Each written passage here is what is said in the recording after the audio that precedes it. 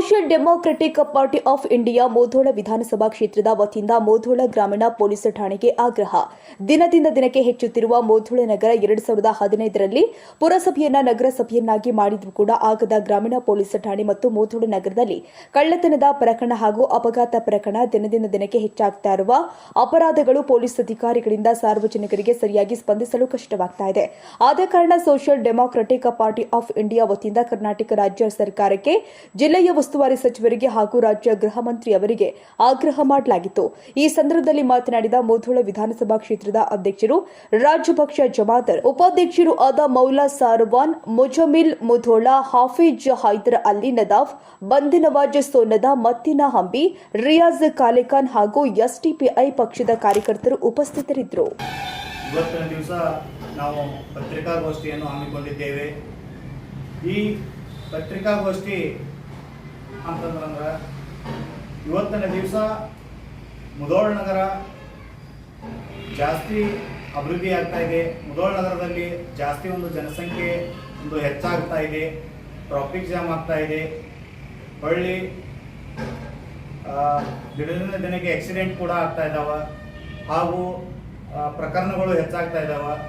ಈ ಕಾರಣಕ್ಕಾಗಿ ಇವತ್ತಿನ ದಿವಸ SDPI ವತಿಯಿಂದ ಒಂದು ಗ್ರಾಮೀಣ ಪೊಲೀಸ್ ಠಾಣೆಗೆ ಇವತ್ತಿನ ದಿವಸ ನಾವು ಜಿಲ್ಲಾ ಉಸ್ತುವಾರಿ ಸಚಿವರಿಗೆ ಹಾಗೂ SP ಅವರಿಗೆ ಹಾಗೂ IG ಅವರಿಗೆ ಹಾಗೂ DIG ಅವರಿಗೆ ಹಾಗೂ ಗೃಹ ಮಂತ್ರಿ ಅವರಿಗೆ ಇವತ್ತಿನ ದಿವಸ ನಾವು ಮುಧೋಳ ವಿಧಾನಸಭಾ ಕ್ಷೇತ್ರ ವತಿಯಿಂದ ಒಂದು ಗ್ರಾಮೀಣ ಪೊಲೀಸ್ ಠಾಣೆ ಆಗಬೇಕು ಅನ್ನುವ ನಮ್ಮೊಂದು ಆಗ್ರಹವಾಗಿದೆ. ಯಾಕೆ ಗ್ರಾಮೀಣ ಪೊಲೀಸ್ ಠಾಣೆ ಆಗಬೇಕಪ್ಪ ಅಂತಂದ್ರೆ ಇವತ್ತಿನ ದಿವಸ ಮುಧೋಳ ನಗರದಲ್ಲಿ ದಿನದಿಂದ ದಿನಕ್ಕೆ ಅತಿ ವೇಗವಾಗಿ ಬೆಳೀತಾ ಇದೆ. ಸುಮಾರು 32 ಹಳ್ಳಿಗಳನ್ನು ಇವತ್ತಿನ ದಿವಸ ಮುಧೋಳ ತಾಲೂಕು ಹೊಂದಿರುತ್ತದೆ. ಅದರಲ್ಲಿ 2011ರ ಪ್ರಕಾರ ನಗರದ ಜನಸಂಖ್ಯೆ 56,000 ಜನಸಂಖ್ಯೆ ಇರುತ್ತದೆ. ಅದೇ ರೀತಿ ಗ್ರಾಮೀಣ ಜನಸಂಖ್ಯೆ 1,86,000 ಜನಗಳ ಒಂದು ಗ್ರಾಮೀಣ ಪ್ರದೇಶವಾಗಿರುತ್ತದೆ. ಇವತ್ತಿನ ದಿವಸ ನಾವು 2011ರ ಒಂದು ಜನಸಂಖ್ಯೆ ಅನುಗುಣವಾಗಿ ನೋಡೋದಾದರೆ ಇವತ್ತು 2024ರಲ್ಲಿ ಇವತ್ತಿನ ದಿವಸ ನಾವು ಕಳೀತಾ ಇದ್ದೀವಿ. 13 ವರ್ಷಗಳ ಆದರೂ ಕೂಡ ಇವತ್ತಿನ ದಿವಸ ನಮ್ಮ ಜನಸಂಖ್ಯೆ ಮುಧೋಳ ನಗರದಲ್ಲಿ ಜಾಸ್ತಿ ಆಗಿದೆ. ಆ ಕಾರಣಕ್ಕಾಗಿ ಇವತ್ತಿನ ದಿವಸ ನಮ್ಮ ಮುಧೋಳ ಒಂದು ಗ್ರಾಮೀಣ ಪೊಲೀಸ್ ಠಾಣೆಯನ್ನು ಆಗ್ಬೇಕಂತ ಅಂತಂದ್ರೆ ನಮ್ಮದೊಂದು ಇವತ್ತು ಆಗ್ರಹ ಇದೆ. ಅದರ ಜೊತೆಗೆ ಕೃಷ್ಣಾ ಮೇಲ್ದಂಡೆ ಯೋಜನೆ ಹಲವಾರು ಮುಳುಗಡೆ ಪ್ರದೇಶಗಳು ಇವತ್ತು ಮುಧೋಳದ ಸುಮಾರು 3 ಕಿಲೋಮೀಟರ್ ಒಳಗೆ ಇವತ್ತಿನ ದಿವಸ ಬಂದಿದ್ದಾವೆ. ಉದಾಹರಣೆಗೆ ಬಳ್ಳೂರು ಆರ್ಶೆ ಆಗಿರ್ಬೋದು, ಗೀರ್ಗಾಂವ್ ಆಗಿರ್ಬೋದು, ಎಡಳ್ಳಿ ಆಗಿರ್ಬೋದು, ಗುಡ್ದಿನಿ ಆಗಿರ್ಬೋದು, ಹಂಚನಾಳ್ ಆಗಿರ್ಬೋದು, ಹೀಗೆ ಸುಮಾರು ವಸತಿ ಕೇಂದ್ರಗಳ ಜಾಗ ಏನಪ್ಪಾ ಅಂದ್ರೆ ಮುಳುಗಡೆ ಜಾಗ ನಮ್ಮ ಮುಧೋಳದ ಒಂದು 3 ಕಿಲೋಮೀಟರ್ ಒಳಗಡೆ ಏನಪ್ಪಾ ಅಂತಂದ್ರೆ ಕೊಟ್ಟಿರುತ್ತಾರೆ. ಅದೇ ರೀತಿ 2015ರಲ್ಲಿ ನಮ್ಮ ಮುಧೋಳ ಪುರಸಭೆಯನ್ನು ನಗರಸಭೆಯನ್ನಾಗಿ ಪರಿವರ್ತನೆಯನ್ನಾಗಿ ಮಾಡಿರುತ್ತಾರೆ. ಆದರೂ ಕೂಡ 2021ರಲ್ಲಿ ಬೆಳಗಲಿಯ ಗ್ರಾಮ ಪಂಚಾಯಿತಿಯನ್ನು ಪಟ್ಟಣ ಪಂಚಾಯಿತಿಯಾಗಿ ಮಾರ್ಪಡಿಸಿರುತ್ತಾರೆ. ಮತ್ತೆ ಇವತ್ತಿನ ದಿವಸ ಮುಧೋಳ ತಾಲೂಕಿನಲ್ಲಿ 35ಕ್ಕೂ ಹೆಚ್ಚು ಬಡಾವಣೆಗಳಾಗಿವೆ. 40ಕ್ಕೂ ಹೆಚ್ಚು ಸಹಕಾರಿ ಹಾಗೂ ಖಾಸಗಿ ಶಿಕ್ಷಣ ಸಂಸ್ಥೆಗಳು ಕೂಡ ಇವತ್ತು ದಿವಸ ನಮ್ಮ ಮುಧೋಳ ವಿಧಾನಸಭಾ ಕ್ಷೇತ್ರದಲ್ಲಿ ಇದ್ದಾವೆ. 30ಕ್ಕೂ ಹೆಚ್ಚು ಅಧಿಕ ಸಂಘ ಸಂಸ್ಥೆಗಳು ಇವತ್ತಿನ ದಿವಸ ನಮ್ಮ ಮುಧೋಳ ನಗರದಲ್ಲಿ ಇದೆ. ಅದೇ ರೀತಿಯಾಗಿ ಮುಧೋಳ ತಾಲೂಕಿನಲ್ಲಿ ಪ್ರತಿದಿನವಾಗಿ ಒಂದು ಕಬ್ಬಿನ ಹೋರಾಟ ಆಗಿರಬಹುದು, ಬೇರೆ ಬೇರೆ ಹೋರಾಟಗಳು, ಬೇರೆ ಬೇರೆ ಒಂದು ಪ್ರತಿಭಟನೆಗಳು ಇವತ್ತಿನ ದಿವಸ ನಮ್ಮ ಮುಧೋಳ ನಗರದಲ್ಲಿ ನಡೀತಾ ಇದ್ದಾವೆ. ಇನ್ನೂ ಮುಖ್ಯವಾಗಿ ಏನಪ್ಪಾ ಅಂತಂದ್ರೆ ವಿಜಯಪುರ ಹಾಗೂ ಬೆಳಗಾವ್ ಹೆದ್ದಾರಿ ಕೂಡ ಇಲ್ಲಿ ನಮ್ಮ ಮುಧೋಳ ನಗರದಲ್ಲಿ ಹಾಯ್ದು ಹೋಗಿರುತ್ತದೆ. ರಾಯಚೂರು ನಿಪ್ಪಾಣಿ ಹೆದ್ದಾರಿ ಇರುತ್ತದೆ. ಹಾಗೂ ಮುಧೋಳ ತಾಲೂಕಿನಲ್ಲಿ ಸುಮಾರು 4 ಸಕ್ಕರೆ ಕಾರ್ಖಾನೆಗಳು ಇರುತ್ತದೆ. ಅದರಲ್ಲಿ ಸಿಮೆಂಟ್ ಕಾರ್ಖಾನೆಗಳು ಕೂಡ ಇವತ್ತಿನ ದಿವಸ ನಮ್ಮ ಈ ತಾಲೂಕಿನಲ್ಲಿ ಇರುತ್ತವೆ. ಪ್ರತಿ ವರ್ಷ ಕಬ್ಬಿನ ಕಟಾವಿಗೆ ಸುಮಾರು 20,000 ಕಾರ್ಮಿಕರು ಏನಪ್ಪಾ ಅಂತಂದ್ರೆ ಮುಧೋಳ ತಾಲೂಕಿಗೆ ಆಗಮಿಸ್ತಾರೆ. ಪ್ರತಿ ವರ್ಷ ಒಂದು ಕಬ್ಬಿನ ಕಟಾವಿಗೆ 20 ವರ್ಷ ಏನಪ್ಪಾ ಅಂತಂದ್ರೆ ಒಂದು ಕಬ್ಬಿನ ಕಟಾವು ಬೇರೆ ರಾಜ್ಯಗಳಿಂದ ಏನೈತಿ ಕಾರ್ಮಿಕರು ಏನೈತಿ ವಲಸೆಗಳು ಬರ್ತಾರ. ಅದಕ್ಕಾಗಿ ಮೇಲಿಂದ ಮೇಲೆ ಏನಪ್ಪಾ ಅಂತಂದ್ರ ಅಪಘಾತಗಳು ಹೆಚ್ಚಾಗ್ತಾ ಇದಾವ. ಉದಾಹರಣೆಗೆ 2023ರಲ್ಲಿ 52 ಜನ ಮರಣ ಹೊಂದಿರುತ್ತಾರೆ. ಅಪಘಾತದಲ್ಲಿ 52 ಜನ ಮರಣ ಹೊಂದಿರುತ್ತಾರೆ.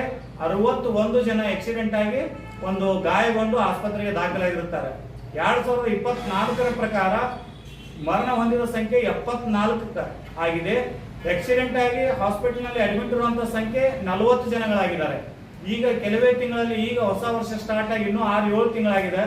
ಇವಾಗ 74 ಜನಗಳು ಇವಾಗ ಏನಾಯ್ತು ಅಂದ್ರೆ ಅಪಘಾತದಲ್ಲಿ ಮರಣವನ್ನು ಹೊಂದಿರುತ್ತಾರೆ. ಅದೇ ರೀತಿ ಸುಮಾರು ನಮಗೆ ಪ್ರತಿ ವರ್ಷವೂ ಕೂಡ ಅಪರಾಧದ ಪ್ರಕರಣಗಳು ಹೆಚ್ಚಾಗ್ತಾ ಇದಾವೆ ಮುಧೋಳದಲ್ಲಿ. ಉದಾಹರಣೆಗೆ 2001ರಲ್ಲಿ 257 ಪ್ರಕರಣಗಳು ದಾಖಲಾಗಿದ್ದವು. 2022ರಲ್ಲಿ 344 ಪ್ರಕರಣಗಳು ದಾಖಲಾಗಿದ್ದವು. 2023ರಲ್ಲಿ 354 ಪ್ರಕರಣಗಳು ದಾಖಲಾಗಿದ್ದಾವೆ. ಈಗ ತಾನೇ ಹೊಸ ವರ್ಷ ಸ್ಟಾರ್ಟ್ ಆಗಿದ್ದಾವೆ. ಇವಾಗಲೇ 246 ಪ್ರಕರಣಗಳು ಏನಪ್ಪಾ ಅಂತ ಇವತ್ತಿನ ದಿವಸ ದಾಖಲಾಗಿದ್ದಾವ. ಅದಕ್ಕೋಸ್ಕರ ನಮ್ಮ SDPI ವತಿಯಿಂದ ಇವತ್ತಿನ ದಿವಸ ನಾವು ಒಂದು ಆಗ್ರಹ ಮಾಡ್ತಾ ಇದ್ದೀವಿ. ಇಲ್ಲಿ ಬಾಗಲಕೋಟೆ ಉಸ್ತುವಾರಿ ಸಚಿವರು ಈ ಮುಧೋಳ ಗ್ರಾಮೀಣ ಪೊಲೀಸ್ ಠಾಣೆ ಬಗ್ಗೆ ಒಂದು ಯೋಚಿಸಿ ಒಂದು ಹತ್ತಿರ ದಿನಗಳಲ್ಲಿ ಇದು ನಮ್ಮ ಜನರ ಪರವಾಗಿ ಇದೊಂದು ತುಂಬಾ ಕಷ್ಟವಾಗ್ತಾ ಇದೆ. ಸ್ಟೇಷನ್ ನಲ್ಲಿ ಹೋದ್ರು ಕೂಡ ಯಾವುದೋ ಒಂದು ಇವಾಗ ಪ್ರವಾಹ ಬರುತ್ತೆ. ಪ್ರವಾಹ ಬಂದ್ರೆ ಬೇರೆ ಬೇರೆ ಹಳ್ಳಿಗಳಲ್ಲಿ ಅಲ್ಲಿ ಪೊಲೀಸ್ ಕಾವಲಕ್ಕೆ ಹಾಕಬೇಕಾಗಿರುತ್ತದೆ ಮತ್ತು ಕಳ್ಳ ಪ್ರಕರಣಗಳು ಜಾಸ್ತಿ ಆಗ್ತಾ ಇದಾವ.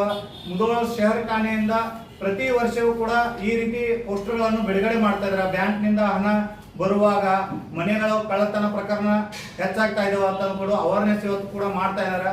ಅದೇ ರೀತಿಯಾಗಿ ಗ್ರಾಮೀಣ ಪೊಲೀಸ್ ಠಾಣೆ ಒಂದು ನಕ್ಷೆಯು ಕೂಡ ಪೊಲೀಸ್ ಠಾಣೆಯಲ್ಲಿ ಆಲ್ರೆಡಿ ಒಂದು ರೆಡಿ ಆಗಿರೋದ್ರಿಂದ ಆದ ಕಾರಣ ನಾವು ಇವತ್ತಿನ ದಿವಸ ನಮ್ಮ SDPI ವತಿಯಿಂದ ನಾವು ಗೃಹ ಸಚಿವರಿಗೆ ಆಗಿರ್ಬೋದು, ರಾಜ್ಯ ಸರ್ಕಾರಕ್ಕಾಗಿರ್ಬೋದು, ಇವತ್ತಿನ ಉಸ್ತುವಾರಿ ಸಚಿವರಾಗಿರ್ಬೋದು, SDPI ವತಿಯಿಂದ ಇವತ್ತಿನ ದಿವಸ ಈ ಗ್ರಾಮೀಣ ಪೊಲೀಸ್ ಠಾಣೆಯನ್ನು ಆದಷ್ಟು ಬೇಗ ಇದನ್ನ ನಮ್ಮ ಆಗ್ರಹ ಪರಿಗಣಿಸಬೇಕಂತ ಅಂದ್ಬಿಟ್ಟು ಇವತ್ತಿನ ದಿವಸ ನಾವು ಪತ್ರಿಕಾಗೋಷ್ಠಿ ಮಾಡಿದ್ದೇವೆ.